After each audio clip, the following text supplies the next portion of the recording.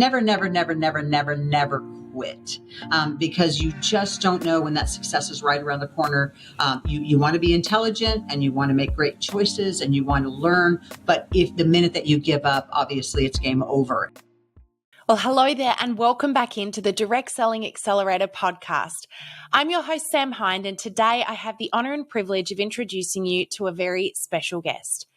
As president of one of the fastest growing direct selling companies globally, Meredith Burkich joins us today to talk about how accelerated growth can come with its own set of challenges.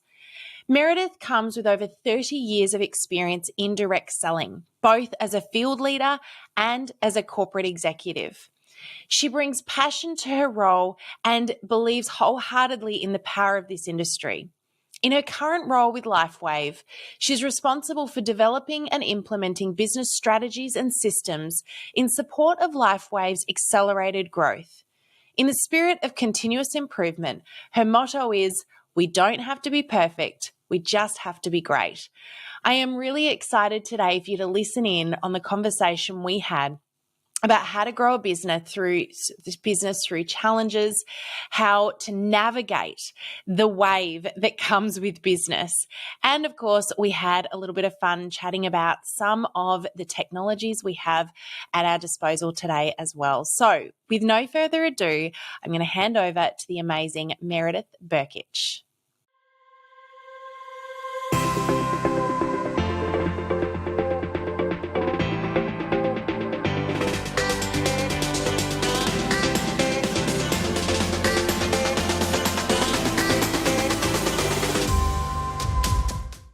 Well, hello there and welcome back into the Direct Selling Accelerator podcast. I'm your host, Sam Hind, and today I am joined by the beautiful president of LifeWave, Meredith Burkich. Welcome on in, Meredith. Great to have you.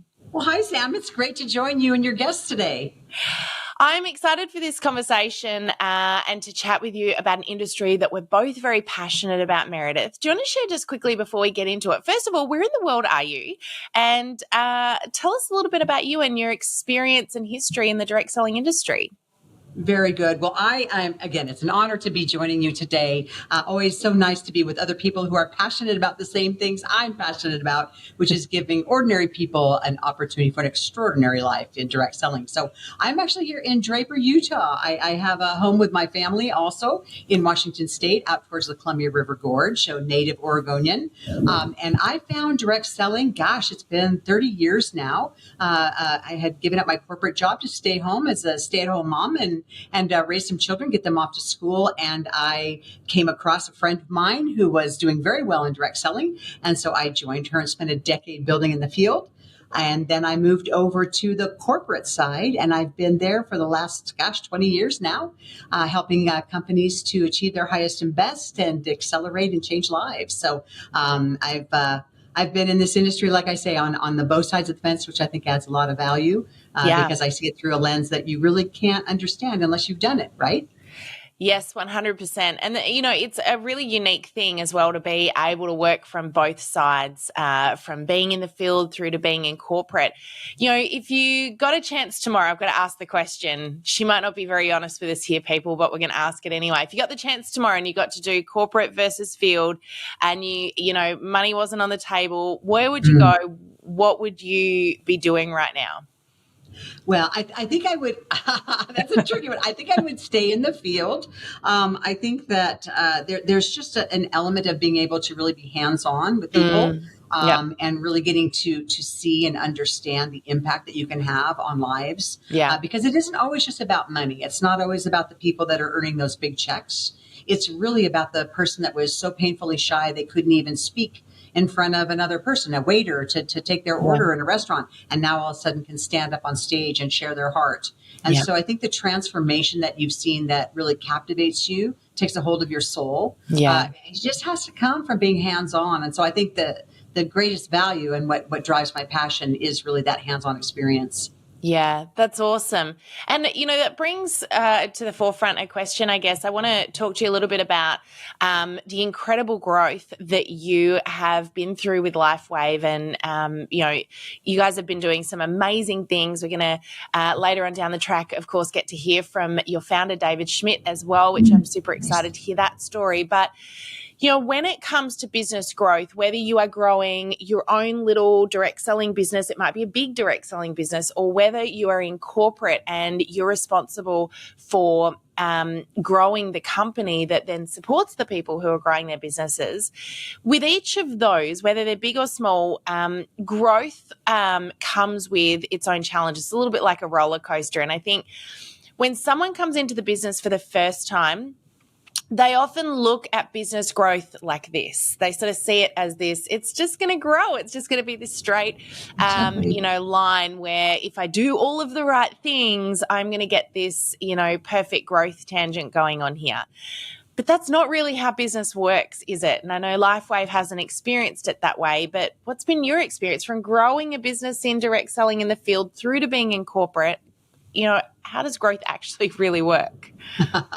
Well, I don't think that there's a cookie cutter for it, a panacea, a one size fits all. Yeah.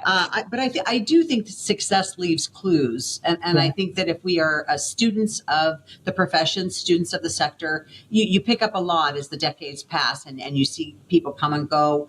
We know that companies, probably what's the number? Gosh, I haven't looked at that for probably about a decade. But I remember at one point, 70% of all direct selling companies fail or hemorrhaging cash in their first 18 months in business. Yeah. And so then we start really watching that 30% and saying, how are they doing? What are they doing differently? I think that if you think about it from a direct seller's vantage point, it really is about that consistency because they are their own CEOs at whatever level, because they're building a business and they're in charge and their success at some level is up to them. Now, of course, we know stars align and something's just happened like magic. And that is a wonderful thing, a true blessing.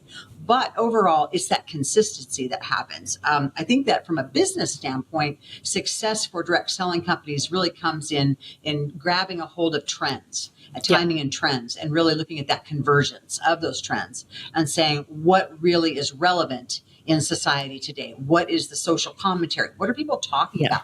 What are they looking for? And am I relevant to the dialogue? If you have relevant products that, again, people would buy at prices that they are listed at, whether or not there was a compensation plan attached to them, of course, you have to have relevant products. You have to make sure that they're timely. They have to work. They have to be measurable. And then, of course, you need a great sales force because it is a volunteer army. And direct selling is not like we're going to have genius marketers out there that are going to make this sing. The people who make this sing are the people in the field. And so you have to make sure that you honor that relationship, no matter which side you're on. If you're building a team, then you have to honor your people through recognition, appreciating them where they live, where they stand, not what you want them to be, but what is it that they want, listening. And then on the corporate side, of course, how do you attract that volunteer army? Because it is something that is timeless. We've seen it for over 100 years, and we will see it for over 100 more, because regardless of how digital takes over, at the end of the day, we are human beings. We tell stories, and we've been telling stories for centuries. And that's what makes us successful, is attaching your story to your truth and sharing it with people who are in your life and your sphere. And that's the power that no amount of digital is ever going to replace. Yeah, that's so true. And this is something that we harp on, I feel like, till I'm blue in the face, is sharing your story, not why people should be doing something because it's what they should be doing, but why you did it and why, what that story is, what's that passion, what's that reason for you. Because let's face it, people aren't buying the product and they're not buying the business. They're buying you, they're connecting with you, and they're doing what you believe in, what you're excited by, because that trust is with the individual. We see it time and time again with founders, of course. The companies that are most successful are usually the companies who bring the story through, where the founder is really sharing their passion. Very rarely do you see a direct selling company, think about this, that, has got a founder that people don't understand the story of, or that hasn't been shared. With all of them, there's a story, there's a reason, there's a why, there's a passion there, and people are buying that. They believe in that, and they're going along for that journey with that person, not with some company that just sells a ton of great products. That's right. So, That's right. Whether you're tiny or whether you're huge, it doesn't really matter. That story is so important, isn't it? It is. It all comes down to that one-on-one. It really is that authentic person that's really listening truly to you and your needs. That's why some people, I know, they shy away from sales. Salespeople. People don't dislike sales. What they dislike are insincere salespeople who have their own agenda that aren't listening. We all want to walk into a store when somebody's going to hear us and then provide us some education on something that's relevant to us. And that's, again, the power of the person, the power of the one-on-one, the B2B, the belly-to-belly, that will never change, because I know that you sincerely understand my situation, my needs. And if you're talking to me about it because you care about me, I'm going to listen to you, and I'm going to be more likely to take action. Yeah.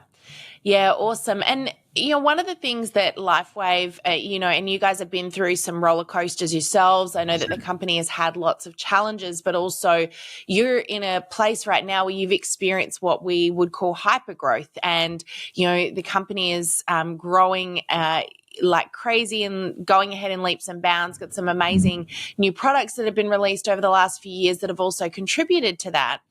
But I want to talk a little bit about growth and managing growth, because I know, Meredith, you as president of the company have experienced what it can be like to experience big growth and have that in itself become a problem. What are some of the challenges that you experience when you start to go through an amazing growth period that others maybe need to be aware of, whether you're growing your own direct selling business, with any company, or whether you are in corporate? What are some of the things that you want to be aware of when it comes to fast growth, and that perhaps you might have handled possibly differently if you got to go back in time and redo that process again? That's a great question. There's lots of questions. There's a lot of questions in there. Sorry. Lots in there.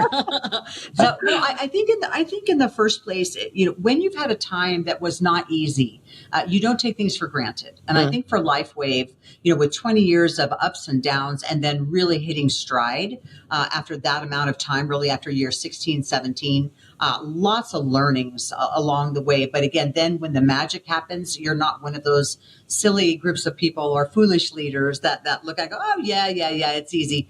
They know it's not easy. David Schmidt knows it's not easy. He's been through the valley, and we know that the fruit grows in the valley, that the mountaintops are reserved for views. And so he's been through the valley. He's seen those those challenges and those painful times, and has worked through them. I think that once it starts, that once you hit the spark, and again, those trends converge, for an organization, he would not have been here, of course, if he had given up. And I think that this is the one nugget that it sounds so basic, it sounds almost cliche, but it's like never quit, because you just don't know when that success is right around the corner. You want to be intelligent, and you want to make great choices, and you want to learn. But if the minute that you give up, obviously it's game over. And so David Schmidt stuck with it the way true entrepreneurs do that are successful, whether it's an Elon Musk. How many things does that man have to blow up to ever get him to quit? A lot. And yet he keeps coming. But I think that there's that success leaves clues. So I think for LifeWave, and what I've seen too, is now that it's in growth, the growth exposes weaknesses very clearly and very quickly, because things that normally you wouldn't have noticed before, all of a sudden when you're in growth, become glaringly obvious. And so then it becomes that constant SWOT analysis where, what is it that's strong that we can keep going? We can keep that momentum that's kicked in, but where are those weaknesses that we can fix? And sometimes I think the biggest challenge is it comes along with prioritization. It comes along with scale, and it certainly comes along with capacity. I think that those are really the three big areas. It's like, okay, where do we have to focus? Because if you focus on too many things, obviously you're going to accomplish nothing. So you've got to pick those and just say, if it isn't moving the needle, if it isn't reducing risk, if it isn't increasing profitability, we just can't right now. And I think it was Bill Gates who said I think it was Bill Gates. If not, it was one of those really famous people in tech that said, I'm more proud of what I said no to than what I said yes to. Yeah. And so I think that that's really, something to think about for all of us too. What are we saying no to and passing on? And we're facing that right now in LifeWave, where we had, we came to the table and there were literally, 50 plus initiatives that people were beginning to work on.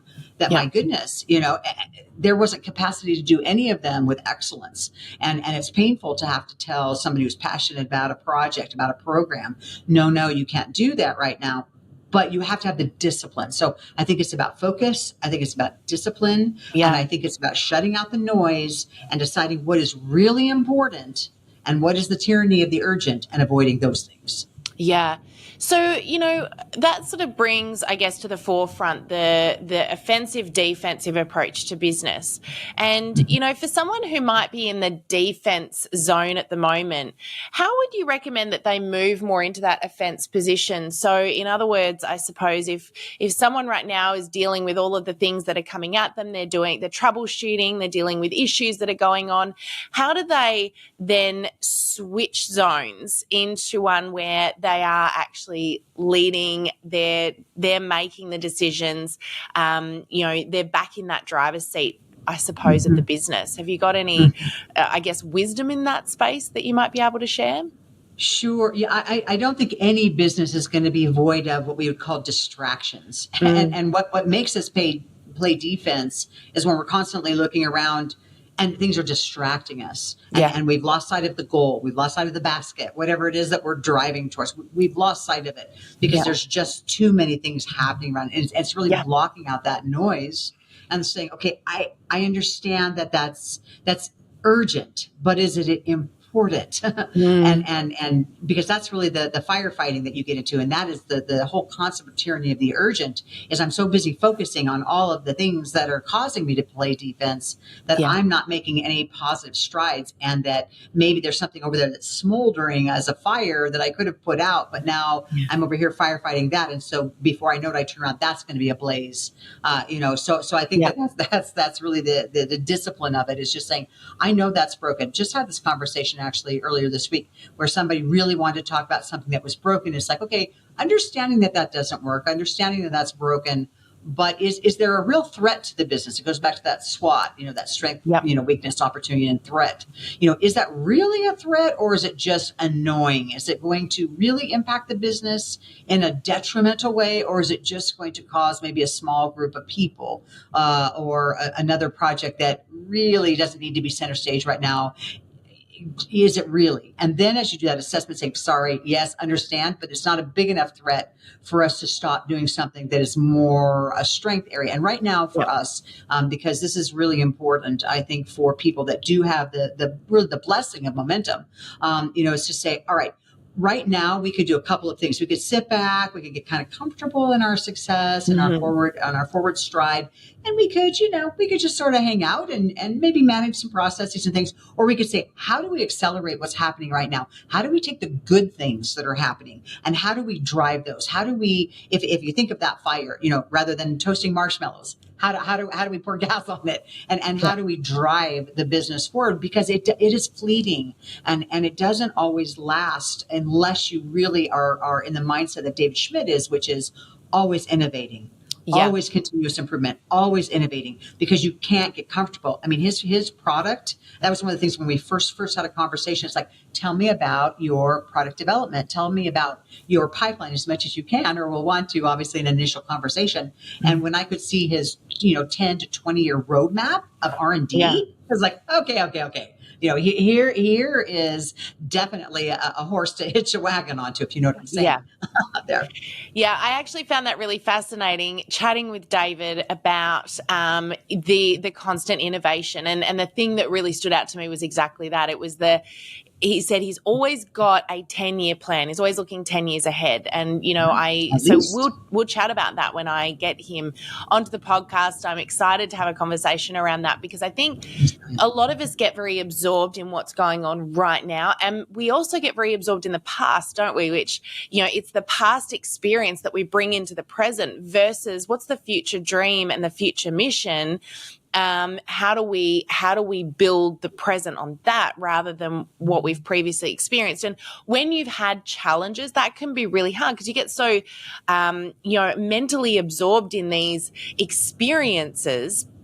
So maybe, from the perspective of you guys have been through some challenges. You then had what we like to call a perfect storm, and you and I spoke about this where it was the right time, right place, and the business kind of exploded, right around that. I hate talking about COVID, but right around that COVID time. So excuse me for bringing it up, but, right around that time, you guys had the right product come out, you had the right experience. But the thing that's really interesting for me about you guys is you didn't, like many companies, then take a big crash. Lots of people had that growth over that period of time and then they saw a big dip in business. You guys didn't experience that in quite the same way that other companies did. Why do you think that is? I think that there are a number of factors, and not to really kind of point it at other companies and what might have gone wrong. I think people got comfortable, but I remember sitting in, it was a big leadership group, and there were CEOs, it was a lot of executives, and they were so excited. I mean, not excited about pandemic, clearly. I mean, who would be excited about something so horrific, right? But they definitely were looking at the growth, and they were so absorbed. And I remember a study that came out from that conference I went to, where it was like over 70%, the number one challenge, over 70% of the companies were spending the majority of their time worrying about supply chain. Because there were all these manufacturing issues, there were shortages on raw materials. And so that was really absorbing it. How do you keep up? And then how do you forecast? Because that's the challenge, right? Once we get over the hump and we manage to, meet all the orders these CEOs and presidents were saying, then how do we, account for all this growth, and what do we plan? We need to hire up, we need to do all these things. And that was a big mistake. I remember watching it happening and listening, thinking to myself, it's a false positive because we know what was driving direct selling, especially in the early onset of pandemic, was people are staying at home. They're stuck. They're in front of a computer. They can't go anywhere. They can't go shopping. Places that they normally got products, all of a sudden were out of products. I remember the run on one direct selling company on their hand sanitizer. Because really at one point that was the only company you could get hand sanitizer anyway. Right? And then of course the toilet paper incidents and the toilet paper. Exactly. Exactly. You forgot about that, didn't you? Yeah. Well, I wanted to forget about that actually, Sam, but now that you mentioned it, yes, no, it was kind of painful. Yeah. Well, I never thought I would want to knock somebody out of the way, like on Christmas with the cranks, for that ham. Yeah, you're running for toilet paper. That's about how I felt. But no, I think that there were some errors in judgment. I think that when we really look at that where they are now, a lot of them have just come back to where they were. And they necessarily haven't gone back. What they just didn't do was to stay. And they aren't actually worse off than they were pre-pandemic. They're basically the same. Now, what they might have done is gotten themselves in some hot water and a lot of layoffs, but they're, again, getting back to the norm. And what were they doing before pandemic that had caused them to slow their growth, flatline, or potentially, be in a decline? Because that's really where the truth of it is. It was a false positive. For LifeWave, I think what happened was, again, that convergence of trends, people so focused on health and wellness, the immune system, obviously the social commentary around stem cell. I mean, so many things were happening then. And then of course a wave of leadership. But where we really shine, I think, was our ability to attract some key leaders that saw David's long-term vision and know that they weren't just riding the tide of what really was a temporary situation, but they could see the future. And so what that meant is when that, the pandemic crested, and of course it's, there's still many people suffering today. So it's not like it's gone away, but when it crested, we had the momentum on our side of leaders that could see that 10-year plan you just described, Sam, see what was happening, saying, this isn't an anomaly for now. This is something for my future. And then as the other companies started going in decline, they were saying, wow, we are here to actually build a legacy. in a place that we can actually see that this could potentially be what is, the holy grail is the last direct selling company I'm ever with. Yeah. And that really, everybody wants it to be your last job, last chance, last opportunity. But people could see it and they caught the vision and they caught what David Schmidt was talking about, and that kept everything moving. And so now, as others are in decline, we're continuing to experience, that success because people get it, they see it, and they believe. And this is a belief business. Yeah, that's really powerful. Vision is something that, it is such a good reminder that sharing your vision, don't keep it to yourself, share your vision because you want people to come along for that ride, but you also want to give them permission to create and have their own vision as well and be a part of that, feel like they're a part of something. Meredith, I know you guys have got a very unique vision and you've got, a very unique founder who himself is a scientist. So, of course, he's constantly innovating, and that's relatively unusual to have someone who is so innovative, at the forefront. But for someone who might be in another business, let's say someone who's in a beauty or a cosmetics company, and they're looking at it right now going, well, we're a little bit different and we don't have that same innovative vision moving forward because we're not in health and we're not looking at stem cell research, etc. How do I get vision moving forward so that I can bring team and I can bring people along for the ride with me? Vision doesn't all have to be necessarily about scientific innovation, does it? Right. No, that's well said, Sam. And I think you hit it early in our conversation, which is if you have the benefit, of a savant, leading your company, it's a beautiful thing. It is a beautiful thing. And we don't take it for granted. We certainly give thanks for it pretty much every day in conversing with David, like we do so often. He's so engaged. He's so hands-on. But to your point, what it really is about, though, again, especially with the new generations that are rising, right, is what is it that they need right now, and how is my company, how is my culture, how is my product going to make their world better as people are feeling cut off, as they're feeling they're struggling with self-awareness, with self-importance, that they just don't know where they fit in anymore. And I think as AI becomes more at the forefront and we start to ask, are we going to be displaced really with computers and with brains that surpass our own? And what is my future?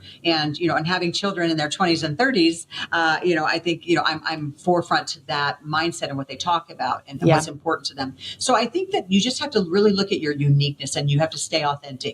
You have to stay authentic to the brand. But you talk about a cosmetic, but take a Mary Kay, Ash, take the founders that really change the world by looking at, women, and at Avon, turning it into a women's movement. I think you have to have a cause and you have to be cause driven. You have to have a culture that speaks to people, but it has to be authentic and true to you. Yeah. And every company just needs to set back and, bring in their top leaders, some from the field, some from corporate, and really get their head around who are we and why do we matter and why should people listen to us? Not because we're charming and lovely and maybe we have a decent product, but it's like, why should they care about what we have to say? Because it isn't about us. It's about that person. And it's an age old saying, but it is that I won't remember, what you say to me. I will remember how you made me feel. And if you take the average, I know US, we are super shrinking all the time, our attention span. But if you look at numbers that say that the average human being, at least in the United States, will remember less than 8% of what you say 24 hours later. Yeah. Okay. That's a powerful thing. So it really is about that culture and it's about the experience. And so if you're out there right now, once you realize that you have something to offer that's going to improve someone's circumstance, someone's life on whatever scope it is, and then you need to say, have I gotten all of the barriers of entry out of the way? Am I going to be able to compete in digital transformation? Am I going to be able to be convenient, accessible, and make it smooth? Because people is shrinking. And so I would say your efficiencies in your user experience is never more important, never more relevant than it is today. Yeah, so true. And, you bring up AI. This was a conversation I wanted to have with you because, as you know, we teach social media. It's what it's what we're really passionate about helping people do really, really well. But the question we're getting asked now constantly is, can you teach our field how to use AI? And, there's a lot of questions. We're going to be speaking for the WFDSA today who want to know, where is AI going? What's the latest? What's happening? I know this is an area that you're fairly passionate about too, and you've done a bit of research in this space, but, what do you feel is going to be the place of AI in a typical direct selling business now and going forward? I think it's going to be in every business, Sam. I think it is our business. I think that the early adopters are going to make strides because we're going to be able to increase our efficiency. Going back to that user experience, how we communicate, how often, how we can take a look at our data and be relevant and individual and specialized. If you ask consumers right now in research, what's the most important? They want a unique experience that is custom tailored to them. Yes. And so this is an area where, again, the companies that are going to make the strides have moved ahead. I don't see it taking the place of that, again, that person-to-person relationship, but much more on the corporate side of looking at ourselves, whether it's our customer service agents, whether it's our marketing, whether it's our comms, whether it's our legal department. We are all being challenged. And David Schmidt is a champion of AI. He very early on in all of these conversations, he's been studying it for years. He has a background in computer science, so among his many other talents, right? But he's challenging us every day. How can AI make this better? How can you integrate AI? What are you thinking about? What is it, what is it going to be in the future, in 2 years, 5 years, 10 years? And so it's always on our minds in every department.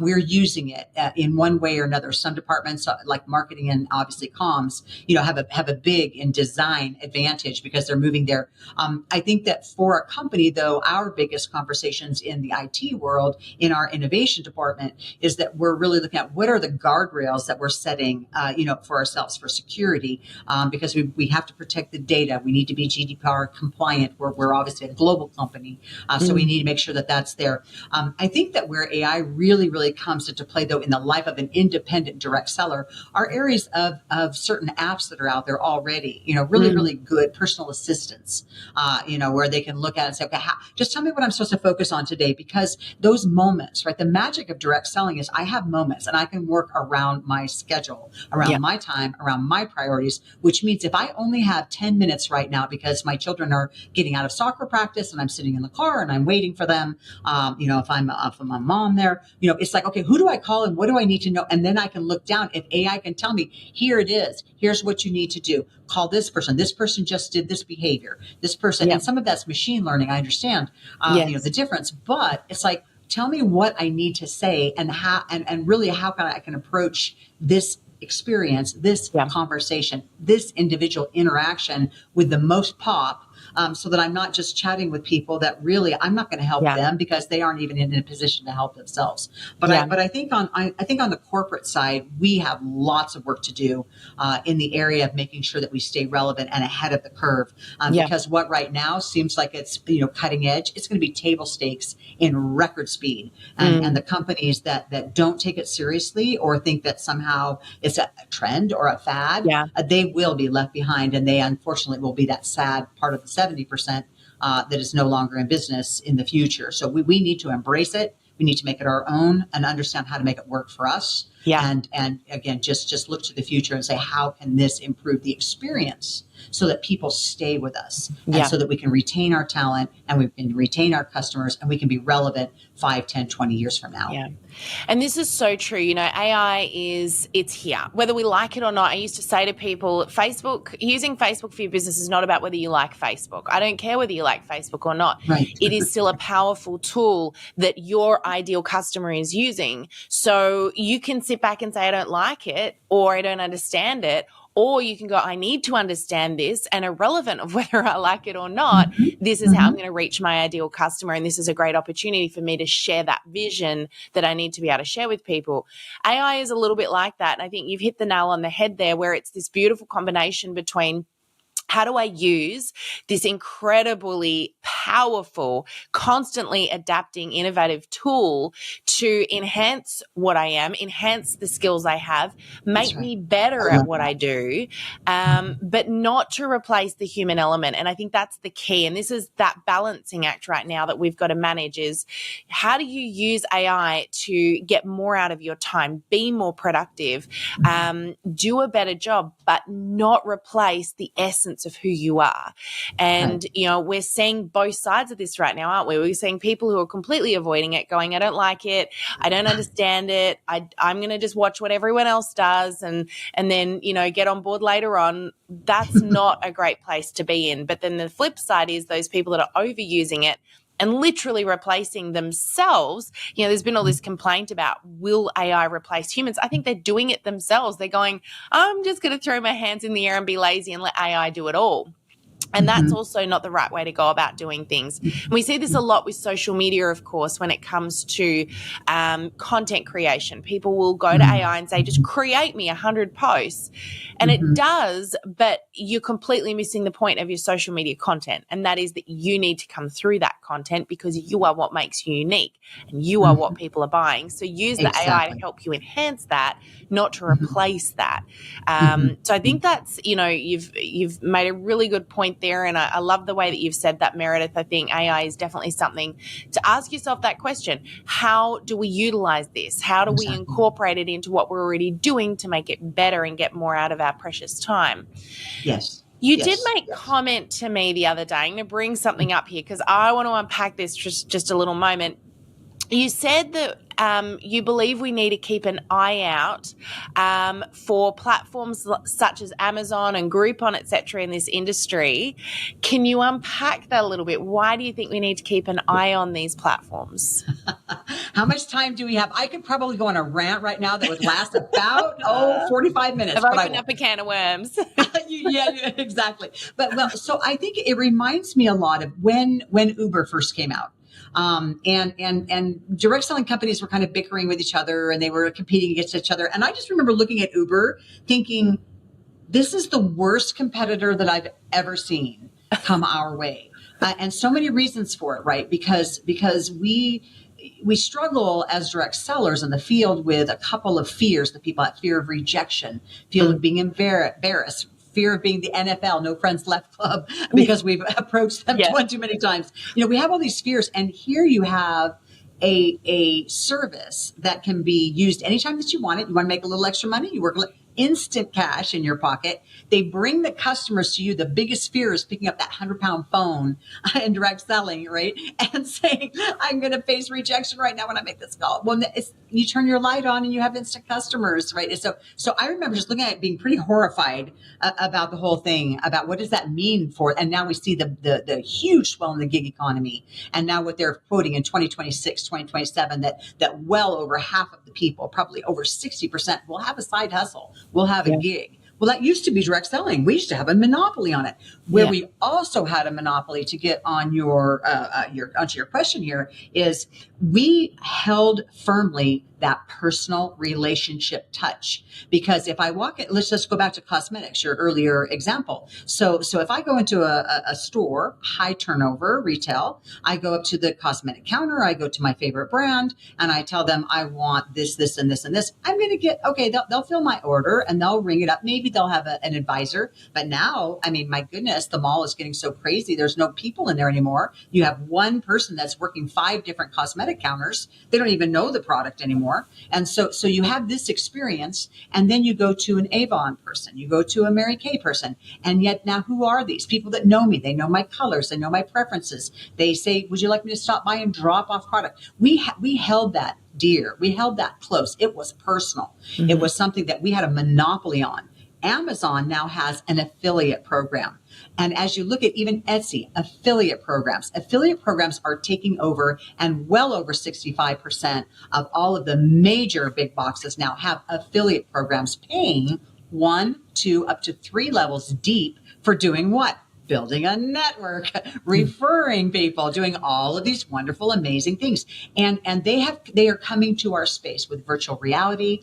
They're coming to our space with really the metaverse. They're coming to town and they're making it personal. They have live shopping now where you can actually do the one thing that people in their 20s and 30s say they want to do. I want to have a personal experience where a personal, real person will answer my questions about their products on the spot. It's called live shopping. Okay. And so now you have this environment to purchase things with little friction.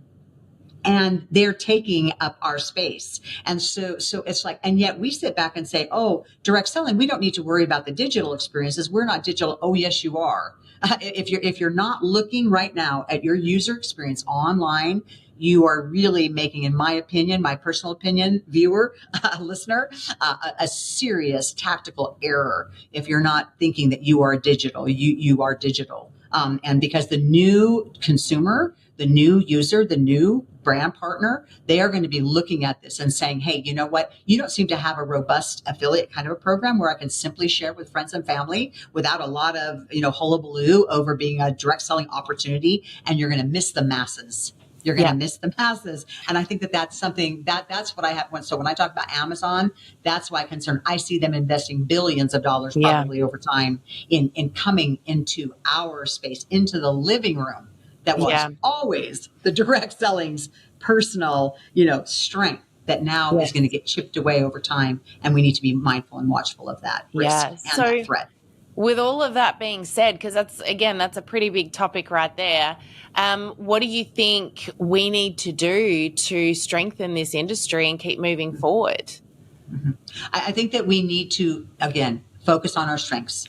Focus on our strengths, those individual conversations. We need to make people special the way that only we can make people feel special. We need to step up our game on customer service ourselves personally with our field. We need to help them step up through tools and things like understanding how to utilize social media, how to take the tools that they have at their disposal, and how to be the most effective that they possibly can. And I think that the work that you do, Sam, is absolutely critical. It is pivotal for people because they have this misconception on how to grow and how to manage because they've lost sight of it, thinking that they can become a conglomerate and be an interrupter in social that really they just turn into a commercial that usually people want to just, I want to go to the loo. I'll go make a sandwich. I'll go walk the dog and I'll come back when you stop interrupting me because I really just wanted to know if your daughter got married. Yeah, it's so true. And, that personal, I think the focus goes away from the one and onto the many, right? We're looking for the big and we forget that the one thing people are most hungry for right now that they want is to feel like they're not a number and they matter. And it's what this industry has always been so good at. But we've also got technology now that gives us the ability to reach so many more people with the push of a button. The problem is that I think you've just said it, and it's such a powerful point, Meredith, is that while we've got the opportunity to do it, it's not necessarily what we should be doing. Come back to what makes this industry really powerful. Yes, innovate. Yes, look at technology. Look at how this can support and enhance who you are. Social media is a very powerful tool, and there are some ways to be super productive with it. But at the end of the day, the people you're conversing with, the people that are watching you want to know that they're noticed. They want to know that they matter. They want to know that you get them and that you appreciate them. So still, that customer service comes right back to the one, not the many. And it's how do we make every individual feel looked after and feel important? Because what do people buy? They buy from companies, from people they like, know, and trust. We know this. And so, build that trust, focus on the trust. People that are utilizing this technology that forget the human element are going to miss the mark. So, I think there's that beautiful balancing act between what this industry is at its heart and using these amazing tools that we have to take that to another level. But we don't want to leave that behind because that's what makes it all so powerful. Well said. Very nice. Nice job. So Meredith, I know we've got to wrap up, and I feel like we could talk about this for a lot longer, and there's so much to unpack here. But let's just come to a couple of fun questions I want to ask you really quickly. I'm very curious. I want to know, first of all, what's your favorite book for us to add to our accelerated book list? We love to read and learn and grow in this community, so we'd love to hear your favorite book. My favorite book actually is Jack Welch's Winning. And I think that it actually transcends just the corporate life and life of obviously the CEO of GE. It really though has a lot of concepts in there that I've quoted, I've used, I've referred the book probably more than any other book to people because it really puts things in perspective of what's important and how to deal with groups and individuals and how to walk away from the naysayers and the people that absolutely will suck the life out of you and net you nothing. And I think that's relationships, even if it's a personal relationship. I think the book is rich. I think it's really, really rich, and certainly the one I've referred the most. I love it. All right, I'm going to check that one out. I have not read that one, so new one for my list too. And Meredith, if you could have a superpower, any superpower, what would it be and why? I would want the gift of healing. I think it's a hurting world. Yeah. I see it, and I'll get a little teary on this. There's so much pain and suffering in the world. If I could just reach out with a touch and improve the lives of people, I would want that. And I feel like in direct selling, we do have some of that opportunity. And that's about as close as I can get to actually having a superpower as being in direct selling. Yeah, I love that. I love that. That's a new one. I surprisingly, now that you've said it, I'm like, why do we not get that one more often? But there you go. It's a good one. I like it. I might steal that one. Please, I'd be flattered. Meredith, your favorite quote? My favorite quote comes from my grandmother, and it's super simple, but she just would say to me, Meredith, the sun will rise in the east. The one thing you know is going to happen. And it's like, you're all worked up about that, but you may think it's the end of the world. You may think that, that losing your best friend because she's mean is it's the end of your life. But at the end of the day, the sun will rise in the east. Yeah. And it always does. Yep. Such a good one. I love that. Very, very simple, very, very true. So much to take from that. And last but not least, if you could go back in time and say one thing to your past self, Meredith, what would that be? I think it would be listen to my mentors. I feel like, as I look back, I've had the opportunity to be around so many great people. I mean, just brilliant, talented leaders, both in the field and the corporate side. And I feel like as a younger me, I did spend a lot of time wanting to make myself add value and wanting to say, I have something important to say, or I not necessarily look at me, but I wanted to feel like I deserve to be in the circle. And so instead of just being still and absorbing and soaking in the wisdom that was all around me on all sides, I was too much in my own head sometimes and just thinking about what is it that I'm going to say now that will sound brilliant or amazing or wonderful, when really I should have just been in the moment. And I wish I would have done that more, especially now that some of those people have passed on or aren't here anymore. The Bob Proctors of the world, and just a lot of people. I wish I would have been more of a listener and less of a worrying about contributing quite so much. That's a really great one. I love that. And so much to that. So thank you so much, Meredith. It's been wonderful chatting with you today. And I think this conversation has probably got a lot of minds buzzing and it certainly sparked a lot of thought. So I really appreciate you being so honest and also sharing some of your amazing wisdom and experience and passion for the industry as well. So appreciate you joining us. Thank you for the invitation, Sam. And thank you, viewers. Yeah, such a pleasure. And thank you everyone for tuning in again this week. Remember, don't forget to subscribe so you don't miss out on any of our upcoming episodes. And we look forward to seeing you again on the podcast next week. Bye for now. Thank you for joining us in this episode of the Direct Selling Accelerator podcast. If you love listening and you found that this was helpful for your direct selling business, please like and subscribe to our YouTube channel. You can also check out the recommended video that's popped up on your screen right here. I look forward to seeing you again next time. Bye for now.